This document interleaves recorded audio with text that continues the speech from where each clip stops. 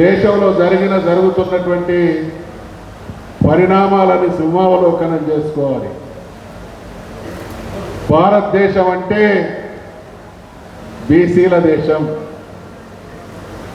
బీసీల దేశంలో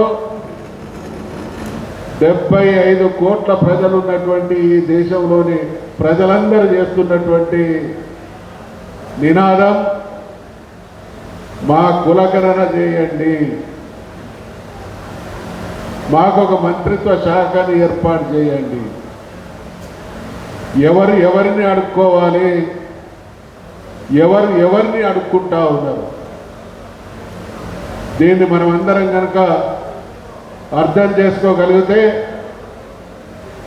78 సంవత్సరాల స్వాతంత్రానంతరం ఏ గ్రామంలో చూసినా, ఏ మండలంలో చూసినా, ఏ జిల్లాలో చూసినా, ఏ రాష్ట్రంలో చూసినా బీసీలకు సంబంధించినటువంటి అలజడి కనబడతా ఉన్నది. చాలా బాధాకరం. ఈ దేశంలో ఒక కుట్రపూరితంగా బీసీ వర్గాలను శాశ్వతంగా అణగదొక్కేటువంటి ప్రయత్నం జరిగింది, జరుగుతూనే ఉంది. ఈ ప్రయత్నానికి అడ్డుకట్ట వేయాల్సినటువంటి బాధ్యత మనందరి మీద ఉంది అనేటువంటి విషయాన్ని మనవి చేస్తా ఉన్నాం. కారణం, దేశానికి 78 సంవత్సరాల కాలంలో ఈ దేశంలో ఈరోజు నడుస్తున్నది 18వ లోకసభ. ఒక లోకసభలో రమారమి 500 మంది సభ్యులుంటే ఈ 78 సంవత్సరాల కాలంలో భారతదేశంలో ఉన్నటువంటి అత్యున్నత ప్రజావేదిక అయినటువంటి లోకసభకు 9,000 మంది ఎన్నుకోబడితే ఈ 9,000 మందిలో బీసీల వాటా ఎంత అనేటువంటి విషయాన్ని మనం అర్థం చేసుకోవాలి, మనం ప్రశ్నించాలి. ఇక్కడ బాధ కలిగేటువంటి అనేక పరిణామాలు, కోణాలు ఉన్నాయి. ఈ దేశంలో ఉండేటువంటి ప్రతి అగ్రకులం కూడా లోకసభకు ప్రాతినిధ్యం వహించింది. కొన్ని కులాలు శాశ్వతంగా తమ దామాషాకు అనేక రేట్లు రాజ్యాధికారం అనుభవిస్తూ ఉంటే, అగ్ర కులాలకు సంబంధించినటువంటి అన్ని కులాలకు రాష్ట్రాలలో, చట్టసభల్లో, దేశంలో పార్లమెంటులో ప్రాతినిధ్యం ఉంటే, ఈ దేశంలో ఉండేటువంటి బీసీలు కూడా 4 రకాలైనటువంటి స్థితిలో బతకాల్సినటువంటి దుర్మార్గపు కుట్రలు, ప్రయత్నాలు కొనసాగినాయి అనేటువంటి విషయాన్ని నేను మనవి చేస్తూ ఉన్నాను. కొన్ని కులాలు బీసీల నుండి ప్రాతినిధ్యం వహిస్తూ ఉన్నాయి. అది తెలంగాణ అయినా, ఆంధ్రప్రదేశ్ అయినా, భారతదేశమైనా, ఏ రాష్ట్రంలో కానీ, ఏ దేశంలో కానీ బీసీల్లో కూడా అడ్వాన్స్డ్ కమ్యూనిటీస్ కూడా వాళ్ళ జనాభా దామాషాకు అనుకునేటువంటి ప్రాతినిధ్యం ఆ రోజు లేదు, ఈ రోజు లేదు. కొందరు కాస్త చైతన్యంతో ఉన్నారు కాబట్టి ఆ వర్గాలను కాపాడుకుంటూ ఆ స్థితికి చేరినటువంటి వర్గాలు ఎదిగే ప్రయత్నం చేయాలనేటువంటి విషయాన్ని ఈ సందర్భంగా మనం చేస్తూ ఉన్నాం. చట్టసభలకు ప్రాతినిధ్యం ఉన్న బీసీలు ఉన్నారు, చట్టసభల్లో అప్పుడప్పుడు ప్రాతినిధ్యం పొందుతున్నటువంటి కులాలు ఉన్నాయి, చట్టసభల్లో ప్రాతినిధ్యం లేని కులాలు ఉన్నాయి, చట్టసభలంటే ఏంటో తెలియని కులాలు కూడా ఉన్నాయి. ఈరోజు చిరంజీవి గారికి నా విజ్ఞప్తి, ఈ దేశంలో రాజ్యాధికార బదిలీ, దయచేసి సోదరులారా, సోదరిమణులారా, ఈ దేశంలో రాజ్యాధికార బదిలీ 3-4% తేడా వల్ల అధికార మార్పిడి జరుగుతూ ఉన్నది. మరి 3-4% తేడా వల్ల అధికార మార్పిడి జరిగితే 60% ఉన్నటువంటి మనం ఒకళ్ళు అడుక్కునేటువంటి దుస్థితిలో కొనసాగుతున్నాము అనంటే దీనికి మన చైతన్యం, మన ఐక్యత అవసరం అనేటువంటి విషయాన్ని ఈ సందర్భంగా నేను మనం చేస్తా ఉన్నా, గుర్తు చేస్తా ఉన్నా. నేను కళ్ళారా చూసిన అనేక, ఈరోజు మనం ఒక చైతన్యవంతమైనటువంటి సమాజంలో బ్రతుకుతా ఉన్నాం. 50 సంవత్సరాల క్రితం లేదా 60 సంవత్సరాల క్రితం, 40 సంవత్సరాల క్రితం మన చేతుల్లో మనకు విద్య లేనప్పుడు, మన ఆర్థిక పరిస్థితి బాగలేనప్పుడు, ఆధిపత్య కులాల పెద్దలు కొనసాగినప్పుడు విధి లేక మన వాళ్ళు ఆ వర్గాల మాట విని వాళ్ళని గెలిపించుకోవచ్చు. నాకు అర్థం కాని దయనీయమైనటువంటి అంశం ఏంటంటే, మనమందరం చదువుకున్నాం, ఆర్థికంగా కూడా నిలదొక్కున్నాం. ఆర్థికంగా నిలదొక్కుని చదువుకున్న ఈ రోజుల్లో కూడా ఇదే దయనీయమైనటువంటి దుస్థితి కొనసాగుతున్నది అని అంటే, వాళ్ళ కుట్రకు భిన్నంగా, వాళ్ళ కుట్ర కంటే అతీతంగా మన అమాయకత్వం, మన అనైక్యతే దీనికి కారణం. కాబట్టి ఆ శృంఖలాలు తెలుసుకొని మనమందరం ఏకం కావాల్సినటువంటి అవసరం ఉంది అనేటువంటి విషయాన్ని ఈ సందర్భంగా మనం చేస్తా ఉన్నాం. అందుకని చిరంజీవి గారికి నాదైనటువంటి సూచన, మనం చేసేటువంటి ప్రయత్నంలో పై స్థాయిలో ఉండేటువంటి వాళ్ళందరం ఏకమైతా ఉన్నాం. కానీ ఒక గ్రామం యూనిట్గా, ఒక మండలం యూనిట్గా ఖచ్చితంగా ఇదే శ్రద్ధతో కూడినటువంటి పని జరగాలి. నిజంగా ఇక్కడ ఉన్నటువంటి ఎస్సీ, ఎస్టీ, బీసీ, మైనారిటీలు మనమందరం ఒకటైతే మన వాటా మనకు కాదు. 99% గ్రామ పంచాయతీల్ని, ఎంపీటీసీలని, జెడ్పీటీసీలని, ఎంపీపీలను కైవసం చేసుకునేటువంటి అవకాశం ఉంది. కాబట్టి గ్రామం, మండలం యూనిట్గా ఈ కుల సంఘాలకు సంబంధించినటువంటి పెద్దలందరితో ఒక కమిటీ ఏర్పాటు చేసి గ్రామాన్ని పోస్ట్ మార్టం చేసి అక్కడ ఉండేటువంటి స్థితిగతులు ఏంటి, ఏ బీసీ నాయకుడికి అవకాశం ఇస్తే మనం గెలిచి బీసీ జెండాను ఎగరవేయగలుగుతాం అనేటువంటి లోతైనటువంటి ఒక అధ్యయన జరగాల్సినటువంటి అవసరం ఉంటుంది. ఒకే వ్యక్తిని కనుక ఏ గ్రామంలోనైనా, ఏ ఎంపీటీసీ పరిధిలోనైనా మనం ఒకే అభ్యర్థిని కనుక నిలపగలిగితే ఖచ్చితంగా మన ఈ వర్గాలన్నీ కలిస్తే 100కు గాను 90-95% గ్రామ పంచాయతీల్ని, మున్సిపాలిటీల్ని, వార్డుల్ని, ఎంపీటీసీల్ని కైవసం చేసుకునేటువంటి అవకాశం ఉంటుంది. కాబట్టి మనం దీన్ని ఛాలెంజ్గా తీసుకోవాల్సినటువంటి అవసరం ఉంది.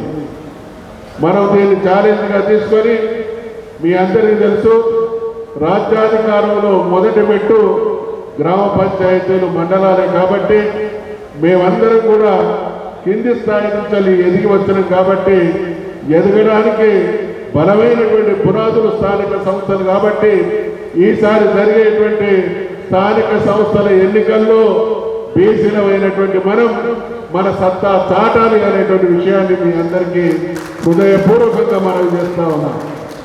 ఇదే సమయంలో నాకు సంబంధించినటువంటి 1-2 విషయాలను కూడా చెప్పాల్సినటువంటి బాధ్యత ఉంది అని నేను భావిస్తా ఉన్నాను.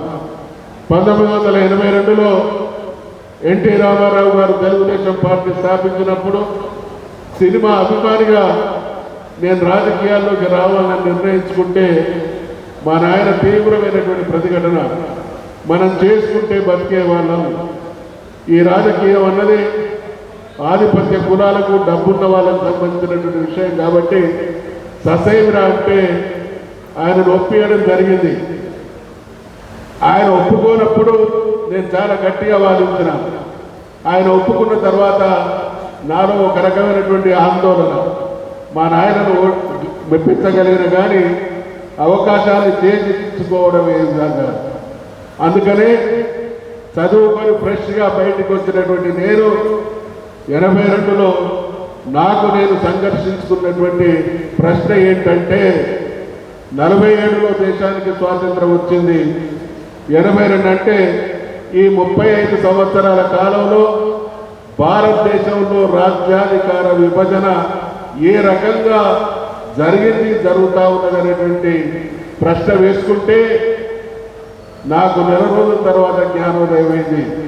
భారతదేశంలో ఆనాడు ఉన్నటువంటి పరిస్థితులలో రాజ్యాధికార విభజన, స్వాతంత్రానికి పూర్వం రాజులుగా ఉన్న వాళ్ళు, సంస్థానాధీశులుగా ఉన్నవాళ్ళు, భూస్వాములుగా ఉన్నవాళ్ళు, జమీందారులుగా ఉన్నటువంటి వాళ్ళందరూ కూడా ఆ రోజు ఉన్నటువంటి వాళ్ళ ఆ కిరీటాలను, వాళ్ళకున్నటువంటి తలపాగాలు తీసేసి గాంధీ టోపీ పెట్టి ఒక వర్గం మళ్ళీ రాజ్యాధికారంలోకి వచ్చింది.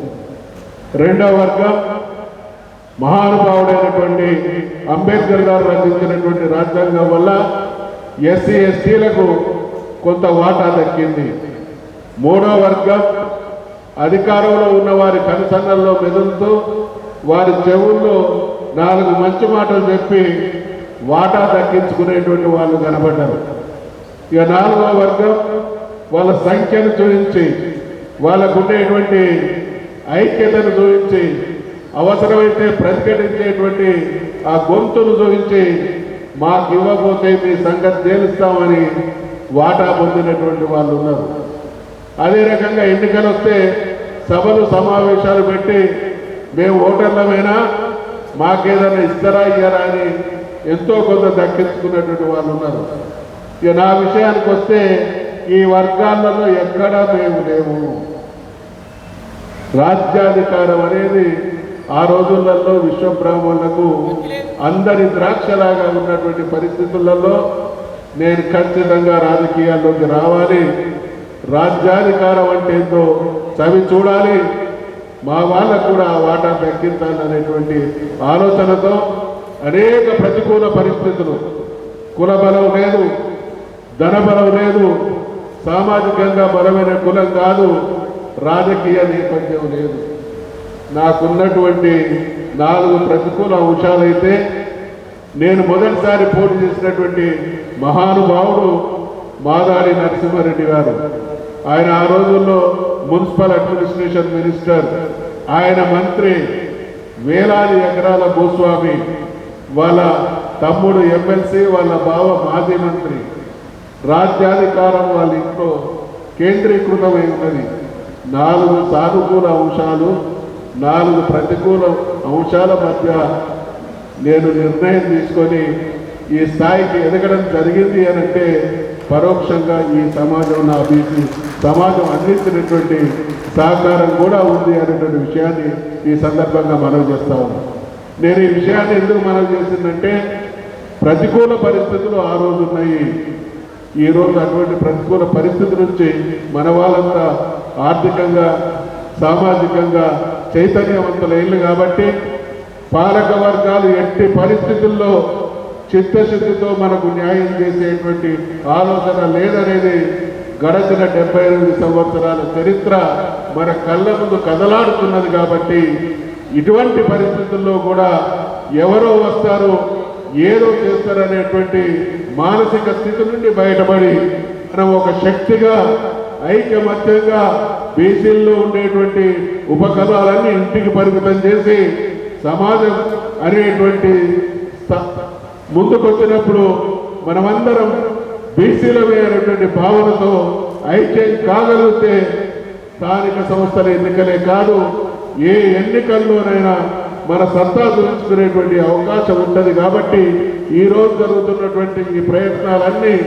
భారతదేశంలో బీసీలు ఒక శక్తిగా సమానమైనటువంటి వాళ్ళ జనాభాకు అనుగుణమైనటువంటి వాటా దక్కించుకునేటువంటి స్థాయికి ఇది ఒక పునాది కావాలి.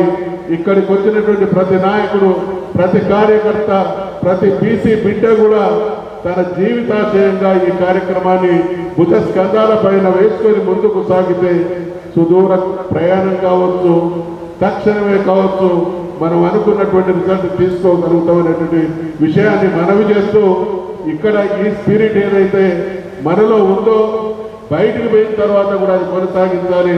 సభలకు సమావేశాలకు పోతాం, వింటాం, వస్తాం, ఆ తర్వాత మర్చిపోతాం అనంటే మళ్ళీ ఒక తరం వరకు బీసీలకు అన్యాయం చేసిన వాళ్ళం మనం కూడా అవుతుంది. కాబట్టి ఈ దుస్థితి మనకు, మన తల్లిదండ్రులకు, మన పూర్వీకులకు అందరికీ ఈ దుస్థితిలోనే కొనసాగినాం.